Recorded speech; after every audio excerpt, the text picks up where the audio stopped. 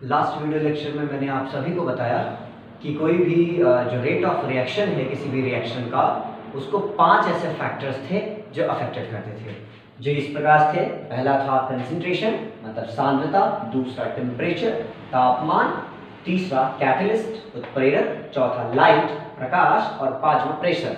जो मैंने आपको बताया कि ये सिर्फ गैसेस के लिए है, बाकी लिक्विड्स और सॉलिड के केस में इसका कोई इंपॉर्टेंस नहीं। आज मैं चर्चा करूंगा अपने वीडियो लेक्चर में कि कंसंट्रेशन किसी भी रिएक्शन को किसी भी रिएक्शन के रेट को कैसे अफेक्ट करता है। तो इस वीडियो लेक्चर में सबसे पहले मैं आपको बताता हूं कि कंसंट्रेशन कैसे अफेक्ट करता है। तो किसी भी रिएक्शन में अगर कंसंट्रेशन किसी भी रिएक्शन के रेट को प्रभावित कर रहा है, अफेक्टेड कर रहा है, तो जिस इक्वेशन के द्वारा, जिस समीकरण के द्वारा हम किसी भी रिएक्शन के रेट को सांद्रता के पक्ष में निर्धारित करते हैं, उसको वेग समीकरण कहते हैं। किसी भी रिएक्शन के रेट को ये सांद्रता कैसे प्रभावित करता है। कोई भी रिएक्शन चल रहा है तो उसकी स्पीड को ये सांद्रता कैसे प्रभावित करता है। सांद्रता चाहे वो रिएक्टेंट का हो चाहे वो प्रोडक्ट का हो, मतलब रिएक्टेंट और प्रोडक्ट की सांद्रता बढ़ने या घटने से किसी भी अभिक्रिया की स्पीड घटती है या बढ़ती है, उसको हम इस टॉपिक में देखेंगे कंसंट्रेशन वाले सांद्रता। कंसंट्रेशन में कोई भी अगर रिएक्शन मान लेते हो रहा है, suppose A moles of A, ये A जो स्मॉल a हमने लिखा हुआ है, स्मॉल a बताता है कि स्मॉल a मोल्स है और ये A जो है वो अभिकारक है, प्लस मान लेता हूँ B मोल अभिकारक है, B अभिकारक है B और उसके B मोल है। ये दोनों रिएक्शन कर रहे हैं, दोनों रिएक्शन करने के बाद प्रोडक्ट बना रहे हैं। प्रोडक्ट में C मोल ऑफ C बनता है, मतलब C मोल्स का जो उत्पाद है C बनता है, और प्लस D मोल का D उत्पाद बनता है। इसमें जो small a, small b, small c या स्मॉल d है, ये मोलों की संख्या बताता है, मोलों की संख्या, ये मोलों की संख्या बताता है।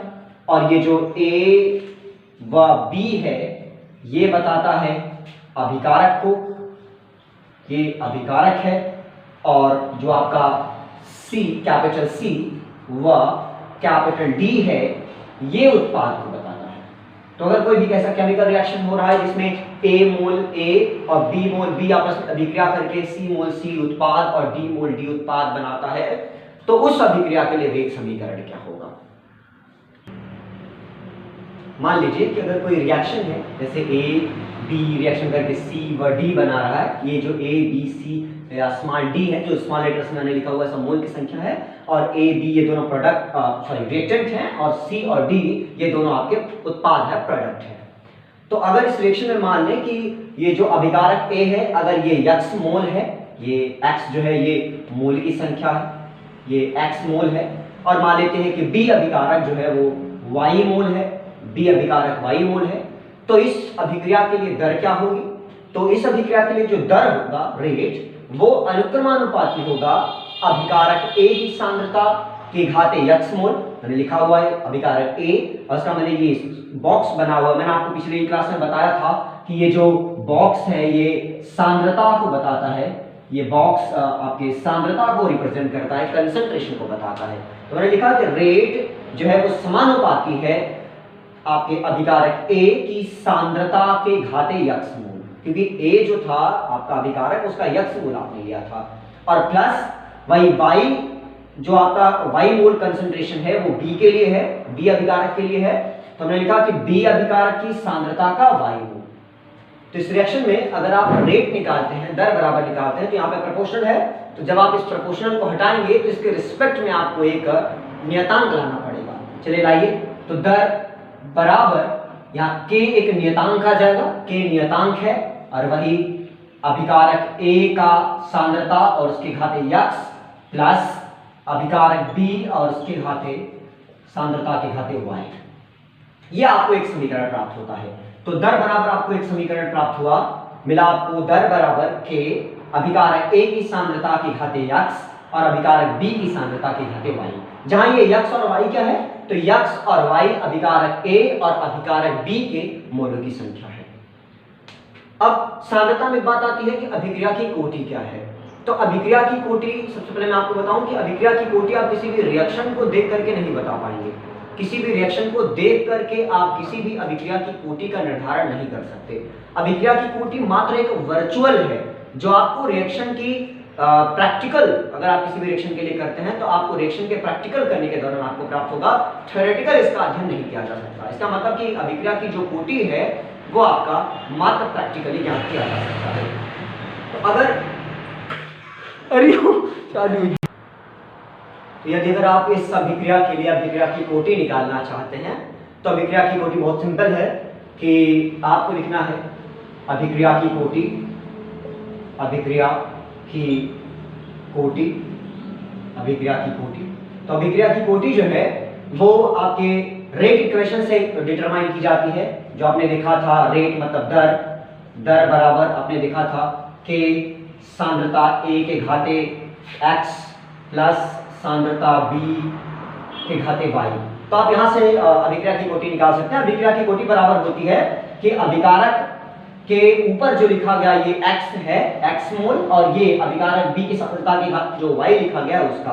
तो दोनों अभिकारकों, अब वो दो अभिकारक या और बहुत सारे अभिकारक भी हो सकते हैं, अकेला अभिकारक भी हो सकता है, तो सभी अभिकारकों के सांद्रता के घातों का योग, सभी अभिकारक के सांद्रता के घातांकों का जो योग है मतलब x प्लस y जो है आपका, वो अभिक्रिया की कोटि कहलाती है।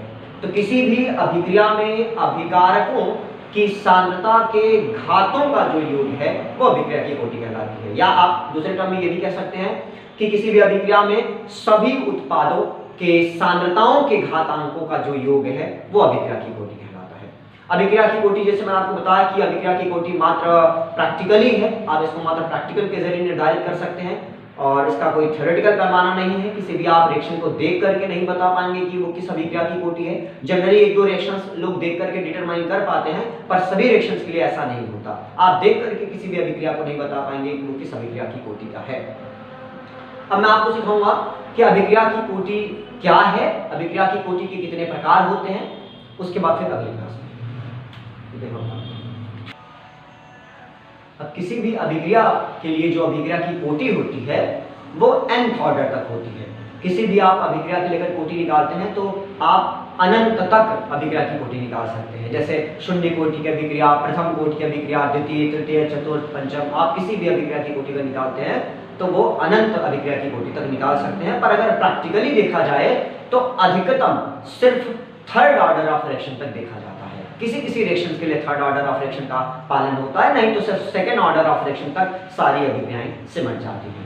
तो शून्य कोटि की अभिक्रिया और प्रथम कोटि की अभिक्रिया और द्वितीय कोटि की अभिक्रिया मात्र आपको यही तीन इस पूरे क्लास 12 के चैप्टर में पढ़नी है, जिसमें से सबसे पहले आप शून्य कोटि की अभिक्रिया पढ़ेंगे।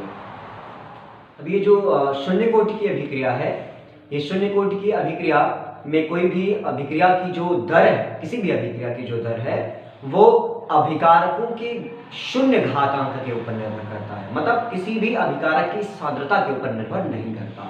जैसे एक रिएक्शन मैं आपको दिखाता हूं कि अगर मान लेते हैं कि 2NO गैस के फॉर्म में हो, अगर ये रिएक्शन कर रहा है O2 के साथ, ये भी गैस के फॉर्म में है, अगर रिएक्शन कर रहा है तो प्रोडक्ट बनाएगा 2NO2 गैस, 2NO2 गैस बनाएगा।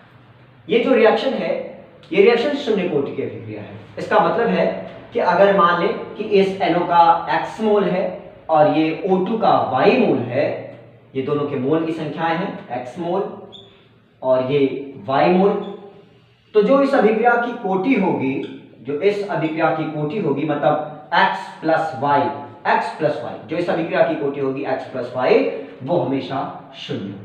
इसका मतलब ये जीरो कोटि की अभिक्रिया है, शून्य कोटि की अभिक्रिया मानी जाएगी। अब आइए शून्य कोटि की अभिक्रिया के लिए डेरिवेशन करके आपको दिखाते हैं कि शून्य कोटि की अभिक्रिया के लिए जो वेग समीकरण होगा वो क्या होगा। आइए देखते हैं। मान लेते हैं कि कोई रिएक्शन हो रहा है, A से प्रोडक्ट बन रहा है B। मान ले ये A जो है आपका वो अभिकारक है, अभिकारक, और B आपका जो है वो उत्पाद है। जब इनिशियल स्टेट था, शुरुआती दौर था, एकदम प्रारंभिक अवस्था था, प्रारंभिक अवस्था का मतलब है कि t = 0, स्टार्ट नहीं हुआ था, टाइम स्टार्ट नहीं था, टाइम आरंभ नहीं था, तो उस समय क्या होगा, इसकी सांद्रता मान लेते हैं A है और उस समय उत्पाद जो है वो शून्य बना हुआ है, क्योंकि जब अभिक्रिया हो ही नहीं रही है, अभी टाइम हमने शुरू ही नहीं किया है, तो उस समय जो आपका उत्पाद होता है वो शून्य होता है और उस समय अभिकारक अपनी संपूर्ण सांद्रता में बना रहता है।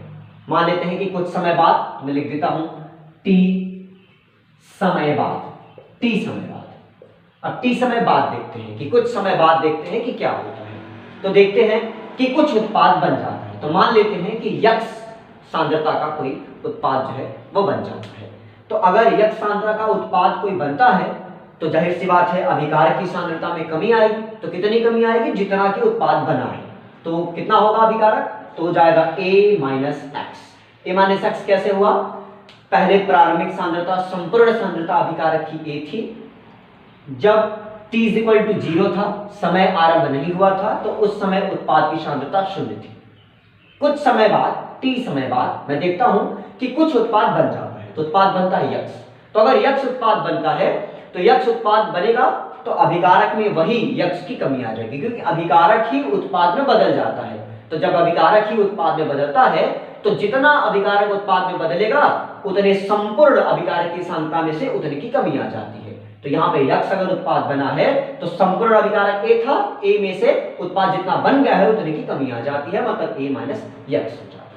अब तो दर बराबर आप निकालेंगे। तो अभिक्रिया की जो दर है, अभिक्रिया की दर वो अनुक्रमानुपाती होगी। मैंने आपको कहा कि शून्य कोटि की अभिक्रिया है, तो शून्य कोटि की अभिक्रिया के लिए मैंने आपको बताया कि अभिकारक की सांद्रता के शून्य घात के ऊपर निर्भर करता है अभिक्रिया की दर। इसका मतलब है कि अगर ये अभिक्रिया की दर है A माइनस एक्स, अगर ये अभिक्रिया की दर है तो इस A माइनस एक्स की सांद्रता के घातांक जो है वो शून्य निर्भर करेगा। इसका मतलब अगर A अभिकारक की प्रारंभिक सांद्रता थी और A माइनस एक्स अभिकारक की अंतिम सांद्रता है, तो जो अभिक्रिया की दर होगी वो अभिकारक की अंतिम सांद्रता के 0 घात के ऊपर निर्भर करेगा। इसका मतलब ये शून्य कोटि की अभिक्रिया है। अभी आपको आपने एवरेज में देखा था कि जब भी कभी अभिक्रिया होने लगता है तो अभिकारक की सांद्रता में निरंतर कमी आती जाती है और उत्पाद की सांद्रता में निरंतर बढ़ोतरी होती जाती है। तो अगर मैं यहाँ पे इंस्टेंट रेट ऑफ रिएक्शन निकालूं, अगर मैं तात्क्षणिक वेग निकालूं इस अभिक्रिया के लिए, तो तात्क्षणिक दर बराबर आपने देखा था तात्क्षणिक वेग के लिए कि जो दर बराबर होता था वो दर बराबर था minus D R divided by D T, ऐसा था। ये दर बराबर इंस्टेंट के लिए है, ये आपके तात्क्षणिक वेग के लिए है। तो तात्क्षणिक वेग में अभिकारक की सांद्रता में निरंतर minus D R by D T. इसमें मैंने आपको बताया कि डी जो है वो परिवर्तन को बताता है, सूक्ष्म परिवर्तन को बताता है, और ये स्क्वायर ब्रैकेट सांद्रता को प्रदर्शित करता है, आर आपके अभिकारक रिएक्टेंट को प्रदर्शित करता है, ये डी सूक्ष्म परिवर्तन है समय में, टी मतलब समय है। तो दर बराबर minus D R by D T, आपने पिछले मेरे वीडियो लेक्चर में देखा हुआ था। ये इंस्टेंट रेट ऑफ रिएक्शन के लिए है, तात्क्षणिक वेग के लिए है। तो अभिक्रिया के अगर तात्क्षणिक वेग के लिए अगर मैं यहाँ पे वही फॉर्मूला रखूं तो आपने देखा कि दर बराबर फॉर्मूला होता है minus D R by D T. अगर मैं चाहूं तो यहाँ पे ये वाला लिख सकता हूं minus D R by D T, तो मैं दर की जगह पे ये भी लिख सकता हूं minus D R by D T. या एक फॉर्मूला आपने और देखा था, दर बराबर minus plus DP divided by dt। आपने ये भी एक इक्वेशन लिखा हुआ था दर बराबर।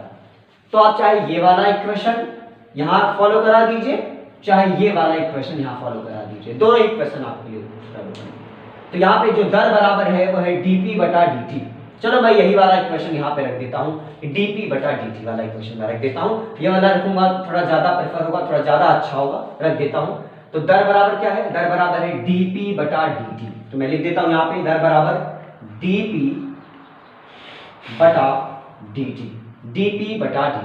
और है प्रोपोर्शनल a माइनस एक्स के घातांक शून्य, a माइनस एक्स के घातांक शून्य। यहाँ पे dp बटा dt is directly proportional to a minus x के घात 0, क्योंकि शून्य कोटि की अभिक्रिया है तो मैंने यहाँ पे शून्य लिखा हुआ है कि ये आपके अभिकारक की सांद्रता के शून्य घात के ऊपर निर्भर करता है। अब ये प्रोडक्ट तो आपने अभिक्रिया में देखा था कि a कन्वर्ट हो रहा था b में, तो जब t इज इक्वल टू 0 था तो उस समय इसकी सांद्रता थी a और ये उत्पाद जो था वो आपका कंप्लीटली 0 बना हुआ था। और t समय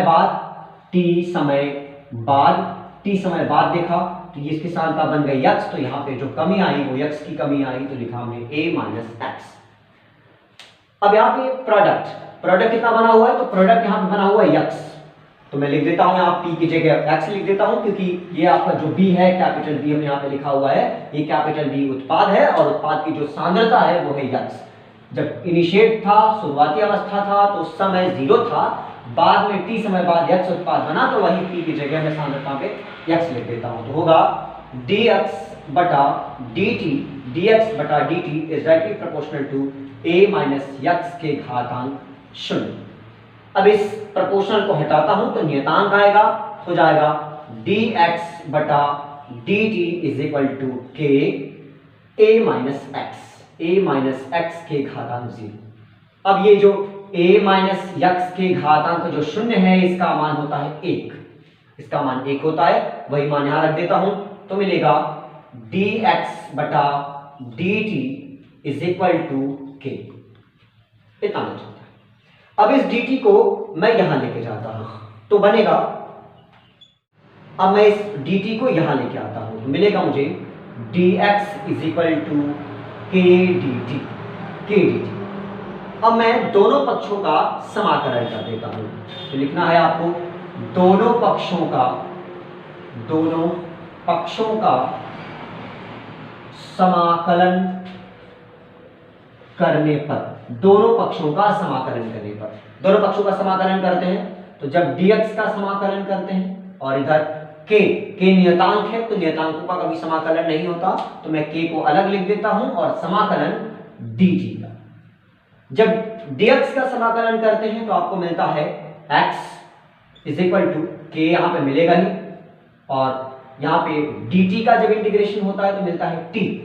जब इंटीग्रेशन करते हैं तो उसके रिस्पेक्ट में एक का नियतांक जोड़ना पड़ता है। आप नियतांक चाहे वो कैपिटल I के रूप में जोड़े या कैपिटल अल्फा के रूप में जोड़े, आप यहाँ पे कैपिटल I जोड़े या अल्फा जोड़े। मैं यहाँ पे अल्फा के रूप में इंटीग्रेशन कांस्टेंट ले लेता हूँ, मैं लिख देता हूँ कि जहां अल्फा बराबर समाकलन नियतांक, जहां अल्फा बराबर समाकलन नियतांक, तो अल्फा यहाँ पे समाकलन नियतांक है। जब t बराबर 0 था, जब t बराबर 0 था, यहाँ पे जब t बराबर 0 था तो उसमें उत्पाद भी 0 बना हुआ था, उत्पाद भी कुछ नहीं बना था। जब t 0 था तो उसमें उत्पाद 0 था और अभिकारक अपनी संपूर्ण सांद्रता में उपस्थित था। तो जब t बराबर 0 था तो उस समय पर जो आपका प्रोडक्ट है, मतलब ये x ही उत्पाद की सांद्रता है, तो x बराबर उस समय 0 था, क्योंकि कुछ देर बाद तो x बना था, पर उस समय जब t 0 था तब x बराबर 0 था। तो मैं लिख देता हूं कि x बराबर 0। तो जब t बराबर 0 होगा तो x बराबर भी क्या होगा, 0 होगा। अब यही t का मान और x का मान समीकरण में रख देते हैं। मान लेते हैं कि ये समीकरण 1 है, तो समीकरण 1 में t और x का मान रख देते हैं, तो मिलेगा x इज इक्वल टू 0, तो मिलेगा 0 बराबर यहाँ पे k, t का मान यहाँ पे 0 है, इंटू 0 प्लस अल्फा, यहाँ पे मिला अल्फा। अब अगर यहाँ पे अल्फा का मान निकालते हैं तो k में जब 0 का गुणा होगा तो 0 हो जाएगा, तो मिलेगा अल्फा बराबर 0, अल्फा बराबर 0। अल्फा बराबर था समाकलन नियतांक था, उस समाकलन नियतांक अल्फा का मान 0 आया। अब अगर यही अल्फा का मान 0 आया है तो मैं लिख देता हूं कि अल्फा का मान समीकरण 1 में रखने पर, समीकरण 1 में रखने पर, ये इक्वेशन नंबर 1 है, समीकरण नंबर 1 यही है। इसी समीकरण 1 में अल्फा का जो मान 0 है वही यहाँ पे रख देते हैं, तो मिलेगा x बराबर kt प्लस 0। अल्फा का मान 0 था तो हमने अल्फा की जगह पे 0 लिख दिया। अब मिलेगा क्या, तो x बराबर मिलेगा kt, इतना मिलेगा x बराबर kt। t को यहां लेके आते हैं तो मिलेगा k is equal to x by t, k is equal to x by t, ये इक्वेशन मिल जाएगा। अब ये शून्य कोटि की अभिक्रिया के लिए वेग समीकरण कहलाएगा, यही वेग समीकरण है अभिक्रिया के लिए। आप इसी अभिक्रिया की वेग समीकरण से आप अभिक्रिया की कोटि निकाल सकते हैं। अभिक्रिया कितने समय में कंप्लीट होगी, शून्य कोटि की अभिक्रियाएं कितने समय में खत्म होगी, आप उसको निकाल सकते हैं। कितना समय लगेगा वो भी निकाल सकते हैं, या किसी निश्चित समय में कितना उत्पाद बनेगा ये भी निकाल सकते हैं। अब किसी भी अभिक्रिया के लिए अगर आप इकाई निकालना चाहते हैं तब क्या करेंगे? तो किसी भी अभिक्रिया की कोटि के लिए अगर आप इकाई निकालना चाहते हैं तो एक सिंपल सा ट्रिक है, मोल n-1, मोल n-1।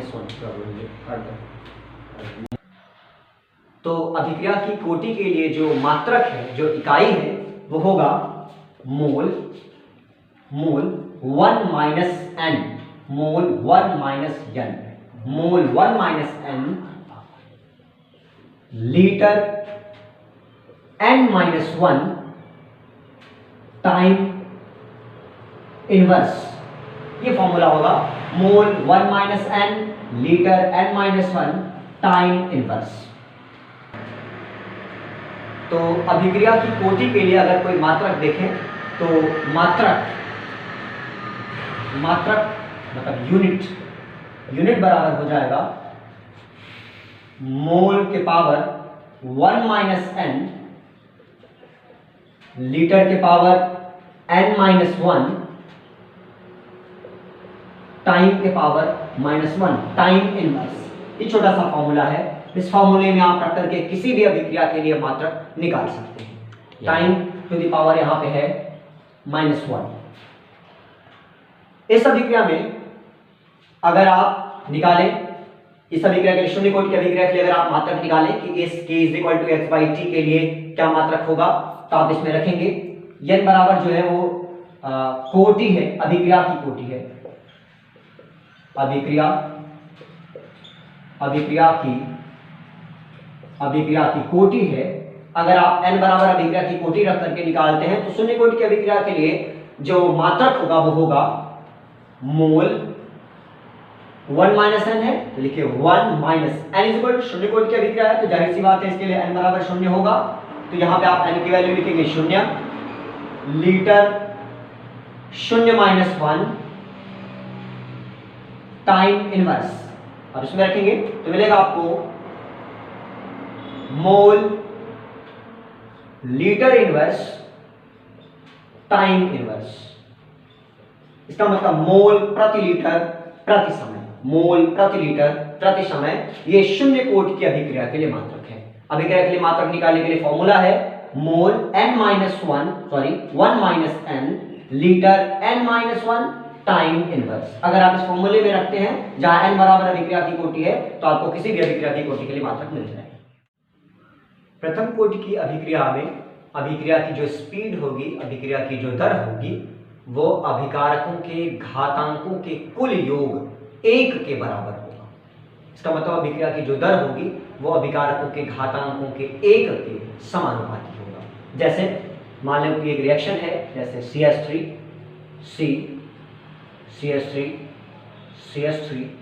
Br। ये मान लें कि कोई टर्शरी एल्किल हाइलाइड है, ये सभी एल्किल ग्रुप हैं और ये आपका हाइलाइड है, इसलिए इसको बोलते हैं एल्किल हाइलाइड। और इसमें ये Br जो है वो कार्बन से जुड़ा है और ये कार्बन डायरेक्टली 3 कार्बन से अटैच है, इसलिए ये टर्शरी हुआ। टर्शरी का मतलब कि क्रियात्मक समूह जिस कार्बन से जुड़ा हो, अगर वो कार्बन डायरेक्टली 3 कार्बन से जुड़ा है तो टर्शरी होगा। अगर ये क्रियात्मक समूह जिस कार्बन से लगा है, अगर ये वाला कार्बन डायरेक्टली 2 कार्बन से लगा होता तो सेकेंडरी होता, और अगर 1 कार्बन से मात्र लगा होता तो प्राइमरी होता। जैसे देख लीजिए एग्जांपल में, ये देखिए CH3H Br।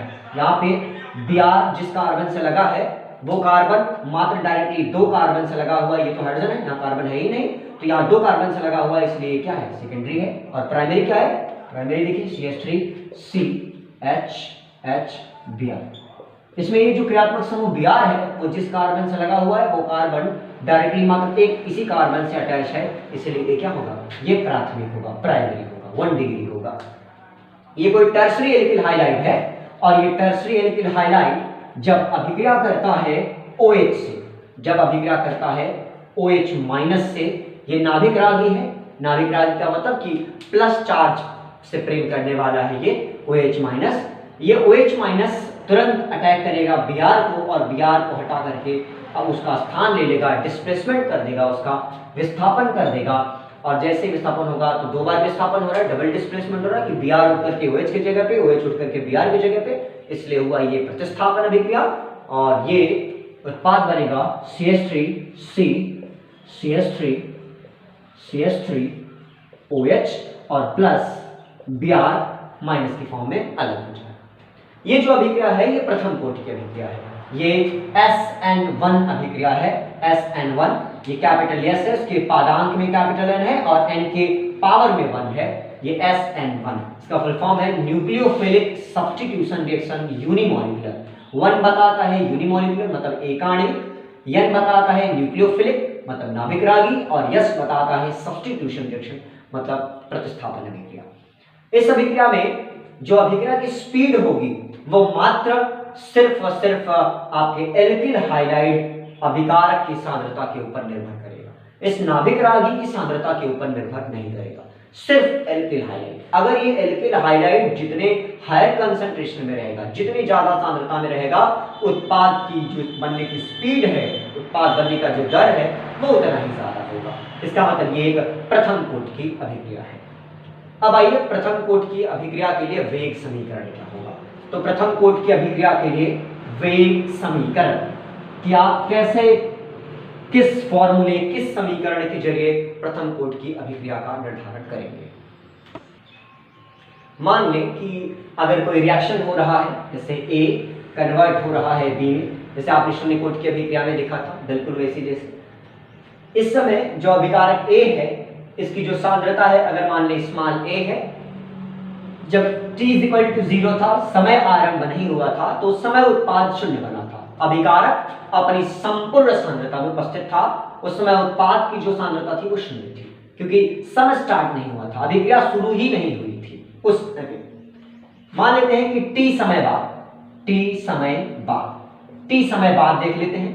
t समय बाद देखते हैं तो यहाँ पे आपका जो उत्पाद है वो यक्स बन जाता है, उत्पाद की जो सांद्रता है वो यक्स तैयार हो जाती है। तो जितनी उत्पाद बनेगी उतने अभिकारक में कमी आ जाएगी, क्योंकि अभिकारक की मात्रा ही आपके उत्पाद की मात्रा में परिवर्तित हो जाता है। तो जितनी सांद्रता आपके कैपिटल A अभिकारक में कमी आएगी, इसकी सांद्रता में जितनी कमी आएगी उतनी ही B की सांद्रता में बढ़ोतरी होगी, क्योंकि A ही B में कन्वर्ट हो रहा है। तो यहाँ पे इसकी संपूर्ण सांद्रता A थी, तो उसमें से अगर प्रोडक्ट यक्स बना है तो उसमें यक्स की कमी आ जाएगी, तो मिला A माइनस एक्स।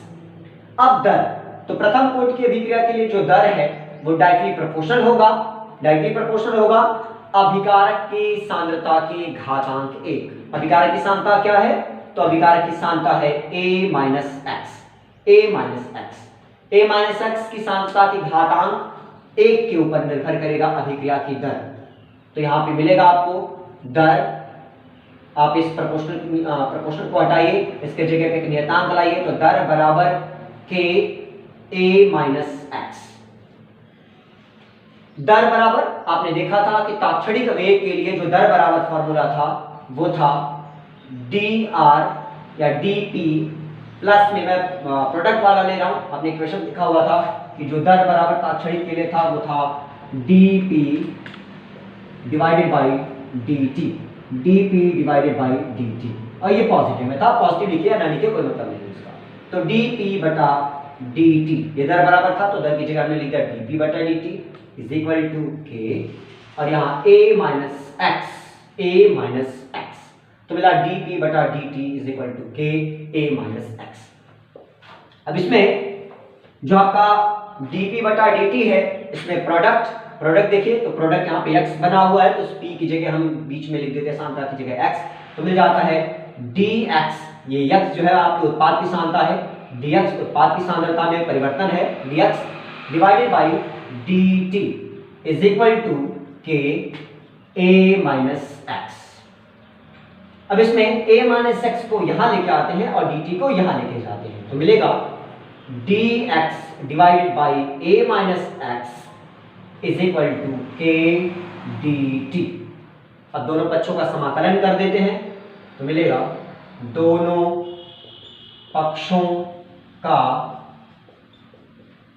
समाकलन करने पर, दोनों पक्षों का समाकलन करने पर, जब दोनों पक्षों का समाकलन करते हैं तो समाकलन dx divided by a minus x बराबर के नियतांक है, तो इसकी आपकी समाकलन नहीं होगा, इसका इंटीग्रेशन नहीं होगा, dx के रिस्पेक्ट में dt।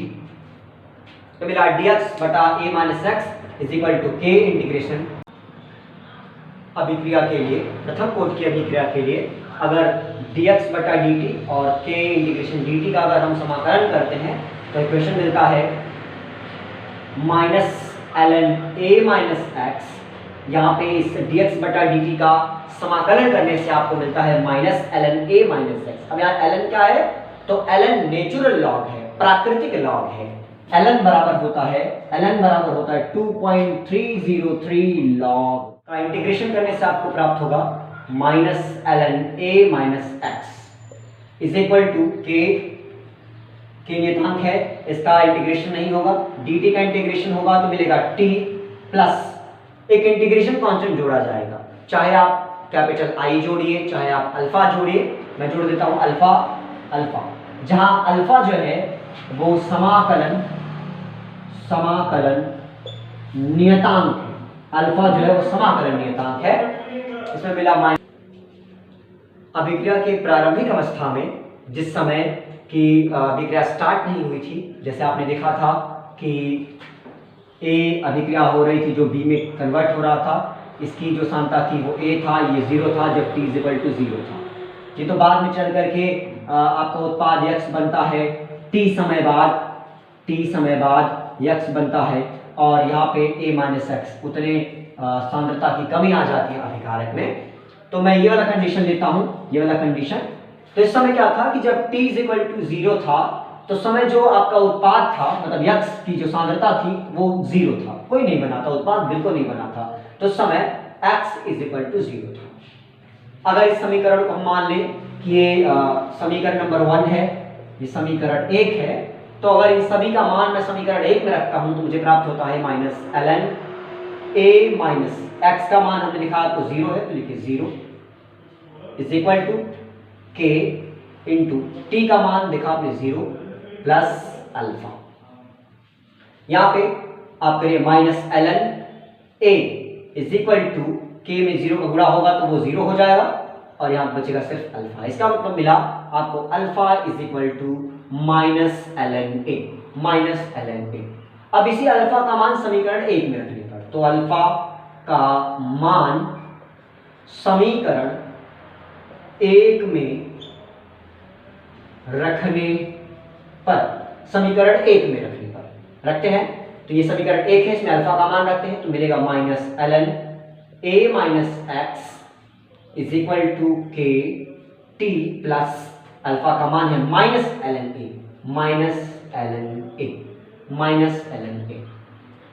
अब इस माइनस ln a को हम यहां लाते हैं तो हो जाएगा ln a, अब ये माइनस था तो जब बराबर के इधर आएगा इज इक्वल टू के इस तरफ आएगा तो हो जाएगा ln a, माइनस से कन्वर्ट हो जाएगा प्लस में ln a माइनस ये वाला माइनस यहाँ पे, फिर ये वाला ln a minus x, ln a minus x is equal to ये kt इतना मिला।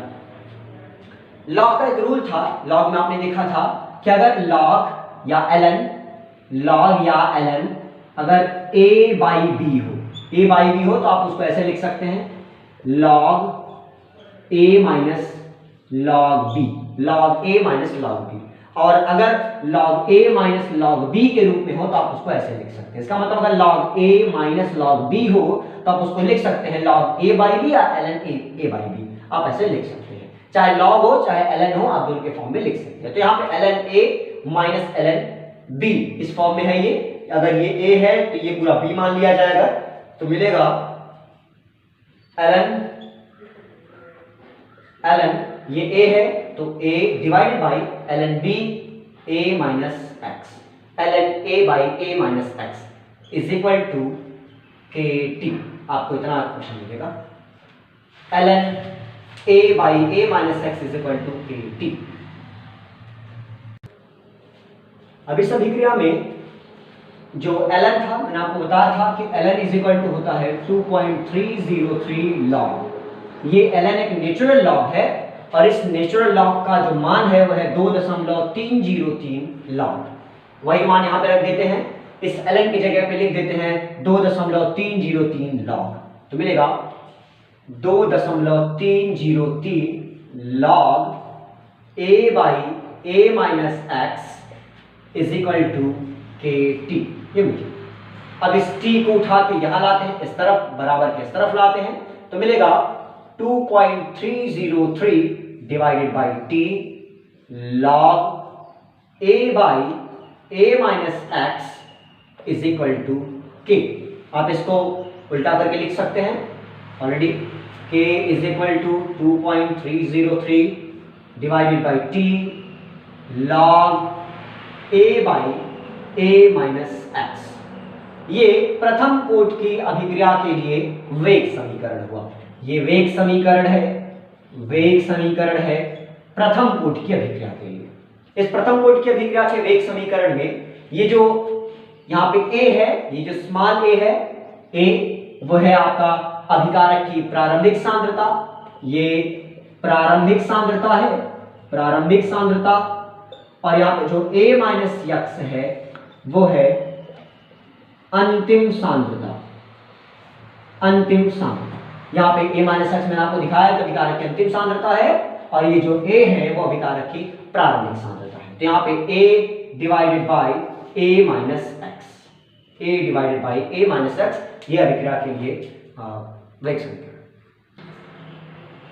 प्रथम कोटि की अभिक्रिया के लिए जो मात्रक है, मैंने आपको फॉर्मूला बताया था कि मात्रक बराबर ट्रिक है, फॉर्मूला का ट्रिक है, होगा mole 1 minus n mole to the power 1 minus n litre n minus 1 time inverse. Mole के पावर 1 माइनस n, लीटर की पावर n माइनस 1 और टाइम की पावर माइनस 1। इस फॉर्मूले में अगर आप रखते हैं तो आपको किसी भी अभिक्रिया के लिए मात्रक मिल जाएगा। अगर आप प्रथम कोटि की अभिक्रिया के लिए लिखते हैं तो वहां पे n बराबर होगा 1, ये प्रथम कोटि की अभिक्रिया के लिए है, ये प्रथम कोटि की अभिक्रिया, प्रथम कोटि की अभिक्रिया के लिए है। आप इसमें रखें तो अगर प्रथम कोटि की अभिक्रिया के लिए इसमें रखते हैं तो मिलेगा mole 1 minus 1, mole 1 minus 1 litre 1 minus 1 time minus 1। तो आपको यहां पे मिलेगा mole to the power 0, mole to the power 0 मतलब normal mole to the power 0, litre to the power 0 time inverse. आपको ये वेग समीकरण